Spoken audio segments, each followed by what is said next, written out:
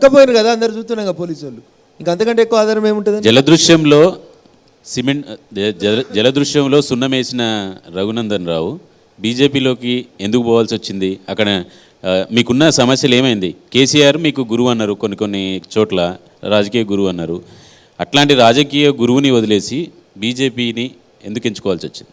So నేను మళ్ళీ చెప్తా ఉన్నా, ఇందాక కూడా చెప్పిన, నేను తెలంగాణ రాష్ట్రం ఏర్పాటు జరిగిన తర్వాత ఈ దేశానికి సేవ చేయాలనుకొని భారతీయ జనతా పార్టీలో చేరినాం.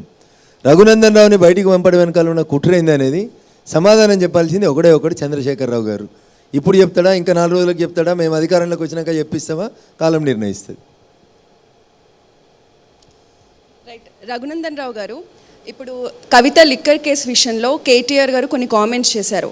ఏంటి అంటే, బీజేపీ అధికారంలో ఉన్న చోట ఈడీ దాడులు జరగవు, మీరు ఎక్కడైనా అబ్జర్వ్ చేయండి. ఎవరైతే బీజేపీ పార్టీతో సఖ్యత ఉండదో ఆ పార్టీలోనే దాడులు జరుగుతాయి. మోడీ ఖచ్చితంగా సఖ్యత లేని చోట ఈడీ దాడులు ఖచ్చితంగా జరుగుతుంటాయి. ప్రాంతీయ పార్టీల ఈడీ దాడులతో ప్రాంతీయ పార్టీల ఉనికి దెబ్బతింటోంది అంటున్నారు. దానికి మీరు ఇచ్చే రాజకీయ పార్టీల మనుగడకి ఈడీకి ఏమైనా సంబంధం ఉందేమో నాకు తెలియదు. నేను కేసీఆర్ గారిలాగా 80,000 పుస్తకాలు చదువుకోలేదు. చదివితే చెప్తాను. పొలిటికల్ పార్టీకి ప్రజలు ఓట్లేస్తే లీడర్లు అవుతారు. పొలిటికల్ పార్టీ బతికేది ప్రజల ఆశీస్సులతోటి బతుకుతుంది. ఈడీ ఆశీస్సులతోటి, సిబిఐ ఆశీస్సులతోటి, ఐటీ దాడులతోటి పొలిటికల్ పార్టీలు నడుస్తాయా? నడువైతే లేదు. కేసీఆర్ గారు సందర్భం కొద్దీ ఏదో 2 నెలల తర్వాత బిడ్డ జైలుకోనకి ఏదో ఒకటి మాట్లాడాలి కాబట్టి మాట్లాడినట్టు కనబడుతుంది తప్ప కొత్తది కాదు. సార్, భారతీయ జనతా పార్టీలో రఘునందన్ రావు గారు కంఫర్ట్గా ఉన్నారా అంటే ఏం చెప్తారు? మంచి కంఫర్ట్ కనబడుతూ ఉన్నా. అందుకనే 2019లో సీట్ ఇచ్చారు, 2014లో ఇచ్చారు, 18లో ఇచ్చారు, 19లో ఇచ్చారు, 20లో ఇచ్చారు, 23లో ఇచ్చారు, 24లో కూడా ఇచ్చిండ్రు. అంటే పార్టీ పదవుల్లో రాష్ట్ర కార్యదర్శిగా ఉన్నాడు రఘునందన్ రావు, రాష్ట్ర ప్రవక్తగా ఉన్నాడు, స్పోక్స్ పర్సన్గా ఉన్నాడు. పదవి లేకుండా ఎప్పుడు ఉన్నాడు రఘునందన్? బీజేపీలో చేరినట్టు నుంచి పదవిలోనే ఉన్నాడు. బండి సంజయ్ గారిని అధ్యక్ష పదవి నుంచి తప్పించిన తర్వాత దాన్ని మీరు సపోర్ట్ చేశారు అనే వాదనలు వచ్చాయి.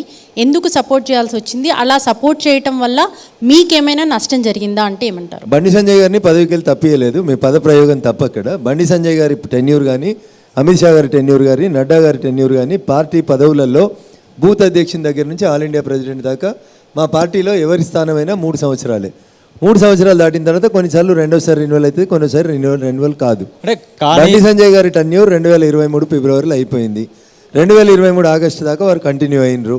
దేశంలో 10 రాష్ట్రాలకు సంబంధించిన బీజేపీ అధ్యక్షుల్ని మారుస్తున్నప్పుడు తెలంగాణ రాష్ట్ర భారతీయ జనతా పార్టీ అధ్యక్షుని కూడా ఆల్ ఇండియా పార్టీ వారిని మార్చి ఆ స్థానంలోంచి వారి సేవల్ని గుర్తించి, వారు తెలంగాణలో భారతీయ జనతా పార్టీని అధికారంలోకి తేవడానికి బాగా పనిచేసినారు కాబట్టి వారి సేవల్ని గుర్తించి Bharatiya Janata party all India general సెక్రటరీగా వారికి ప్రమోషన్ ఇచ్చింది. ఎన్నికలు అయిపోయేంత వరకు కూడా బండి సంజయ్ రాష్ట్ర అధ్యక్షులుగా ఉంటారని చెప్పేసి ఈ రాష్ట్ర ఇన్ఛార్జ్ తరుణ్ చుక్ చెప్పినాక కూడా మార్చడం జరిగింది. మార్పు వెనుక కొద్దిమంది బీజేపీ నేతల యొక్క హస్తం ఉంది. వాళ్ళు పోయి ఢిల్లీ పోయి నేతలకు చెప్పినటువంటి నేపథ్యంలోనే బండి సంజయ్ని మార్చారనేటువంటి ఆరోపణలు. సో మహేష్ అన్న, నువ్వు భారతీయ జనతా పార్టీ బీట్ చూస్తావు. నీకు భారతీయ జనతా పార్టీ అనేటువంటి రాజకీయ పార్టీ యొక్క రాజ్యాంగం అనే ఒక పుస్తకాన్ని నువ్వు చదివి ఉంటావు.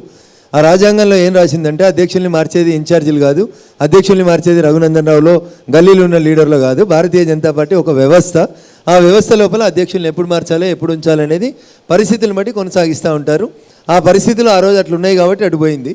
ఆ రోజు పార్టీ మార్చాలనుకుంది. ఆ నిర్ణయం ఒక తెలంగాణకి మార్చలేదు. మీరు మా బీటే చూస్తారు. అప్పుడు 10 మందిని మార్చిండ్రు. ఆ 10 మందిలో తెలంగాణ రాష్ట్ర శాఖ అధ్యక్షుని కూడా మార్చిండ్రు. నేను చెప్తే నరేంద్ర మోడీ గారు ఇంటర్ అనుకుంటే ఫస్ట్ లిస్ట్లో కాదు, అందుకంటే ముందు లిస్టులోనే రఘునందన్ రావు పేరు వచ్చేది ఉండే.